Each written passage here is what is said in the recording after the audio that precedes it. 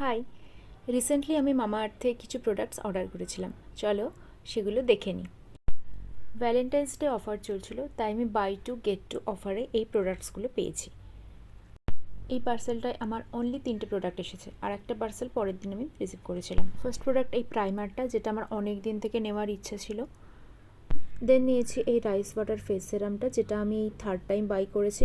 আর এই দুটো প্রোডাক্টের সাথে আমাকে বাই টু অফারে দিয়েছে এই সুন্দর লিপস্টিকটা।